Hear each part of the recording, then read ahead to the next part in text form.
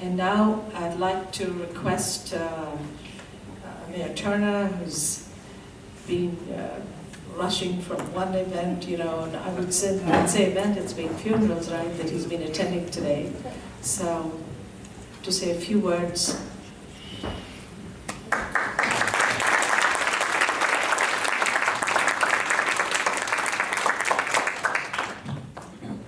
Look, let me say good afternoon, and let me apologize for running late today. It's been a full day, and it's we're here at the Eternal Mahatma Gandhi Museum, and in that same spirit, this morning we started with the unveiling of the monument for Barbara Jordan this morning at the post, which used to be the Barbara Jordan Post Office downtown. And then we had a funeral of one of our servants in the city of Houston, Alvin Bird, who worked with several of our council members. And then there was a couple other events in the interim. Nonetheless, I was determined to be here to be with you this afternoon. Look, it's a great honor to join you and again celebrate the Eternal Gandhi Museum and attend today's Gratitude with global cultures and religious events. And quite frankly, it speaks to the spirit of Houston, who we are as a community, because we come from all over the globe. In fact, almost a quarter of Houstonians, 25% come from outside of the United States, and about 150,000 in this area are from India. And so I cannot thank the Indo-American community enough for the contributions you have made to our city. Diversity is a strength of this organization and our community. Diversity in culture, religion, thought, language, and race. And I'm looking at the CEO of Alliance, which represents that diversity. Today, leaders from diverse organizations and faith-based groups are joining together to focus on peace, unity, building bridges, and so much more. And quite frankly, if we ever needed a time to do that, that time is right now. I'm pleased to see so many of my friends who organized this outstanding event on behalf of IAPAC, a nonpartisan political voice for Indian Americans in the greater Houston region, especially Dr. Rupa Garg. Please give it up to her one more.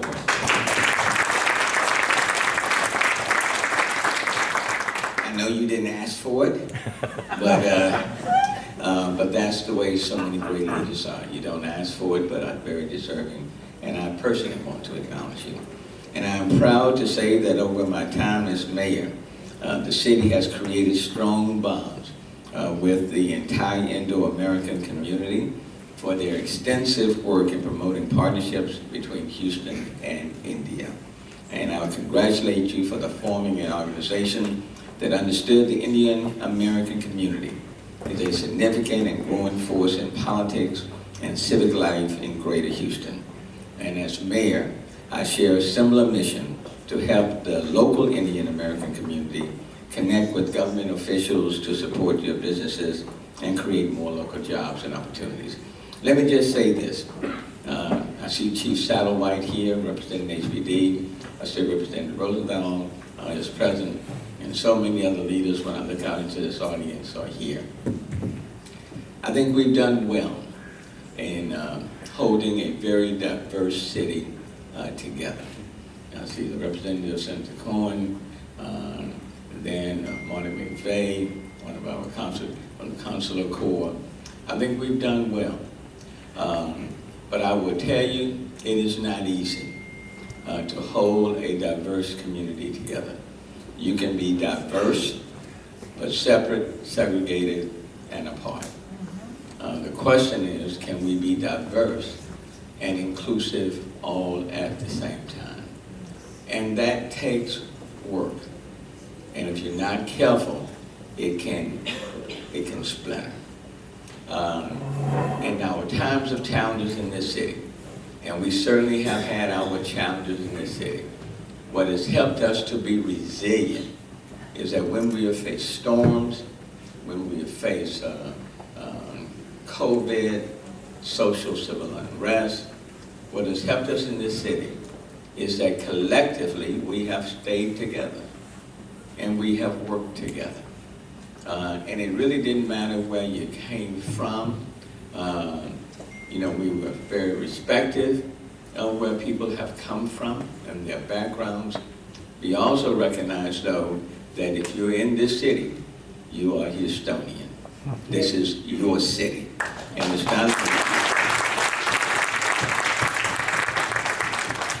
not like we're talking about foreign countries when we're talking to Houstonians. We all come from different places, but when we're living in this city, we are Houstonians, and this is your city. And what I have seen through some of our most tough times, and especially, for example, with Harvey, when we had 10,000 of our neighbors at the George R. Brown, there were people from representing that diversity that showed up at the George R. Brown, feeding our neighbors, other Houstonians. And when I walked through the George R. Brown, what I saw was like a mall that was set up and people were attending to the needs of fellow Houstonians. When we faced our toughest crisis, is when Houston showed up the best. And then I've gone across this city and I've stood side by side people who were meeting the needs of folk in our respective communities. And I'm looking at you right now, and I want to thank you for that. Be very, very careful that we don't send the wrong signals that will start to separate and pull people apart. Words have meaning, and the wrong words can cause one group to go after the other. And that's not good for the city of Houston. So we have to be very, very careful. The faith community has stood up, joined with elected officials and others to make this the great city that it is. I'll close with this. I come from a large family, not a rich family, but a large family, with proud parents who didn't graduate from high school. But my dad wanted all of his 9 kids to be inside the house at dinner time. And so all of us had to be inside the house at dinner time. But the kitchen table would only hold about 5. And he wanted everybody to eat at the kitchen table. And so he would say to all 9 of his kids, your mom has prepared the food. There's enough for everybody. But only 5 of you can be at the table at one time. So he would say, 5 of you go to the table, sit down and eat. And 5 would go to the table and sit down and eat. The rest of us were sitting on the couch or on the floor and we were waiting. After my dad thought that the 5 who were sitting and eating had been at the table long enough, he would walk into the kitchen and tap you on the shoulder and say, you 5 have been at the table long enough. I've got some others who are waiting.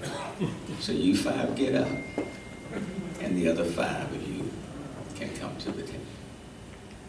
Let me tell you the lesson that I saw in that as a young kid, growing up in a household with limited means.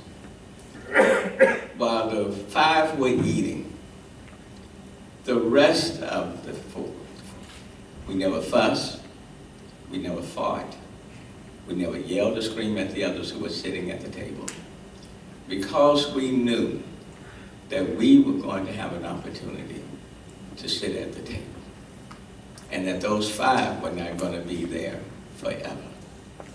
My dad taught us that if you take care of everyone And if everyone knows that he or she will have an opportunity at the table, no one needs to fuss or fight, because everyone will have a seat at the table at some point. That's how I've chosen to govern the city of Houston. And that is, no one can sit at the table forever, even if you've been at the table for a long time. Because in a diverse community, as long as that diversity believes that they are going to have an opportunity to serve, everyone can work together. That is a part of building a city with gratitude, with global cultures and religion, because no one dominates. We live in a pluralistic society, and we watch over our brothers and our sisters. If we do that, the future of our city is great. And leadership doesn't start at the top.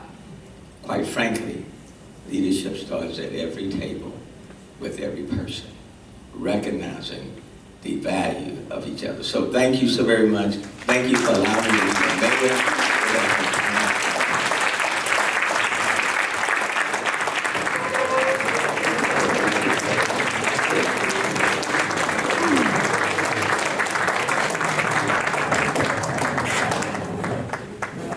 Thank you, Mayor.